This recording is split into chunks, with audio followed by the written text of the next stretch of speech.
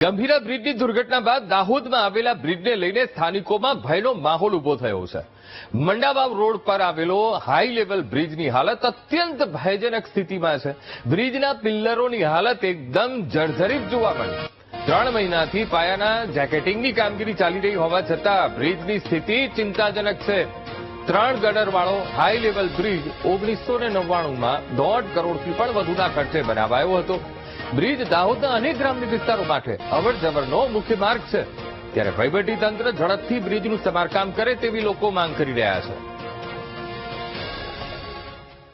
ત્યાં તો ઠીક છે, પણ બહુ હાલતમાં ખરાબ હતો। કાણો બી થઈ ગયેલો। કાણો થઈ ગયેલો? તો હવે શું કેવો, કાલે વડોદરામાં ઘટના બની છે? હા, કાલે વડોદરામાં એક સપડી પુલ તૂટી ગયો છે ને, એવા ને એવા અહીં બી બની શકે।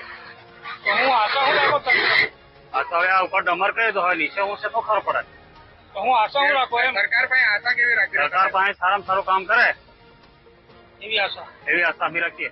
બ્રિજને લઈને બ્રિજ કેવું આવે, જે વડોદરામાં ઘટના થઈ, બ્રિજ તૂટી ગયું, આ બ્રિજને પણ સુધારો કરવા કઈ બી કરવું પડે। આ ઘણા વર્ષથી આવું જ છે, તૂટે એવું થઈ રહ્યું છે। આ રોડ બી એવો હતો, આજે બનાવ્યું પાછું। આ રોડ કયો છે, તો આ રોડ પાછું રિપેરિંગ માટે કઈ બી કરી શકે। હજુ આ કેટલા વર્ષ થઈ ગયા આના બ્રિજને, તો કઈ બી અત્યારે શું માંગ કરો છો? આ નવો બનવો જોઈએ હવે। અમે છે ડુંગરપુરના, તો આ નીચે બ્રિજમાં આ બધા ફોટા પાડ્યા, આવી રીતે દેખાઈ રહ્યું છે બધું, અંદર બધા ખાડા કપતા છે। આ કેટલા વર્ષો થઈ ગયા છે, કાલે વડોદરામાં બ્રિજ પડી ગયો છે, એ રીતે આ ઘટના બની જાય તો આપણે શું કરીશું? એના માટે આનો નિકાલ કરો જલ્દી, અમારે સરકારની વિનંતી છે। વાત કરીએ સાબરકાંઠાની। સાબરકાંઠામાં સતત વરસાદને લઈને પસાર થતા નેશનલ હાઈવે નંબર 48 નજીકના સર્વિસ રોડ પર જ્યાં જુઓ ત્યાં ખાડા જોવા મળી રહ્યા છે। હજારો લોકોને સમસ્યાનો ત્યાંથી પસાર થવું હોય ત્યારે સામનો કરવો પડે, ત્યારે સાબરકાંઠાના સાંસદ શોભનાબેન બારૈયાએ કેન્દ્ર સરકારમાં રજૂઆત કરી તાત્કાલિક ₹40 કરોડની ગ્રાન્ટ મંજૂર કરાવી સર્વિસ રોડને ફરીથી તૈયાર કરાવવા માટે જહેમત આદરી છે। સર્વિસ રોડ ઉપર પણ પડેલા જે ખાડા છે તે ખાડાઓને તાત્કાલિક દૂર કરવામાં આવશે, જેથી સ્થાનિકોને પારાવાર મુશ્કેલીથી આવનારા સમયમાં મુક્તિ મળશે તે નક્કી છે।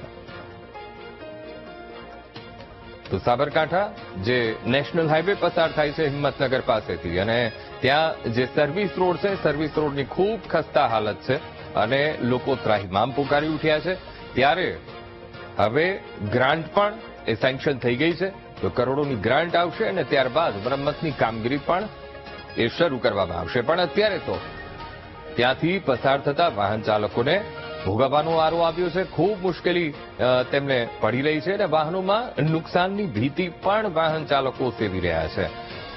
તો ખૂબ મોટા ખાડા એ રોડ ઉપર, સર્વિસ રોડ ઉપર પડી ગયા છે, જેના કારણે ત્યાંથી હાઈવે પરથી પસાર થતા વાહન ચાલકોને તો ભય સતાવી જ રહ્યો છે, પણ ત્યાંના લોકોને પણ એ ભય સતાવી રહ્યો છે, કારણ કે મોટા ખાડા, જેના કારણે વાહનોને પણ નુકસાન થાય છે અને જીવને પણ જોખમ રહે છે।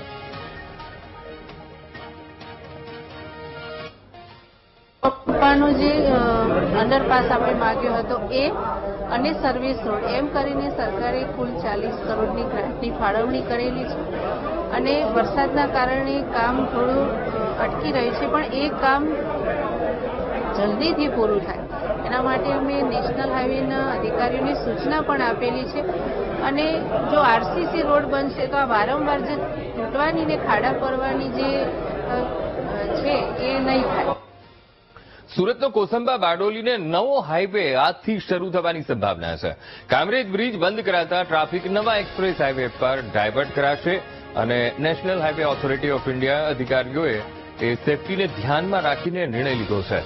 તાપી નદી પરના બ્રિજ પર લોખંડની પ્લેટમાં ખામીને કારણે એ બ્રિજ અત્યારે બંધ કરાયો છે। સમારકામ માટે 40 દિવસ બંધ રખાશે તાપી નદી પરનો એ બ્રિજ। તો યુદ્ધના ધોરણે બ્રિજની સમારકામ કરવામાં આવશે, એની કામગીરી કરવામાં આવશે અને ત્યારબાદ ફરી એકવાર બ્રિજને પૂર્વવત કરવામાં આવશે।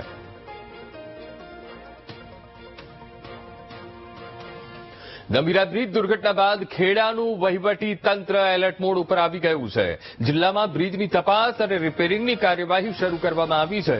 જિલ્લાના 3 મહત્વના બ્રિજ વાહન વ્યવહાર માટે બંધ કરાયા છે. એક ગળતેશ્વર, બીજો કપડવંજ અને ત્રીજો મહુતા, આ 3 બ્રિજ એ બંધ કરવામાં આવ્યા છે.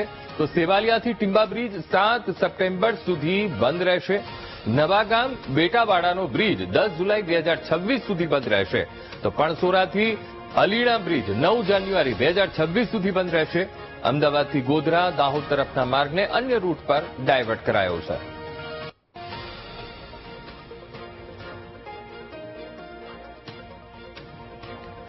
તો ખેડા વહીવટી તંત્ર હવે સતર્ક બની ગયું છે. ગંભીરા બ્રિજ દુર્ઘટનાને પગલે અને જિલ્લામાં આવેલા મહત્વપૂર્ણ જે 3 બ્રિજ છે તે 3 બ્રિજ વાહન વ્યવહાર માટે બંધ કરવામાં આવ્યા છે. તો ગંભીરા બ્રિજ દુર્ઘટનાને લઈને સરકાર હવે એક્શનમાં અને બનાસકાંઠામાં વર્ષો જૂના પુલની તપાસ કરવા માટે આદેશ આપવામાં આવ્યા છે. કલેક્ટરે વર્ષો જૂના એ જર્જરિત પુલની તપાસના આદેશ આપ્યા અને 60 વર્ષ જૂના મેરવાડા પુલ, દાતા પાલનપુર વચ્ચે હતાવાડા પુલની પણ તપાસ થશે. ઇકબાલગઢ બનાસ નદી પર આવેલા પુલની પણ તપાસ થશે. જૂના પુલ કેટલો સમય સુધી ચાલી શકે તેની કેપેસિટીને અંગે પણ તપાસ કરવામાં આવશે. તો આરએનબીના અધિકારીઓની ટીમો જૂના પુલની તપાસ કરી કલેક્ટરને રિપોર્ટ સોંપશે.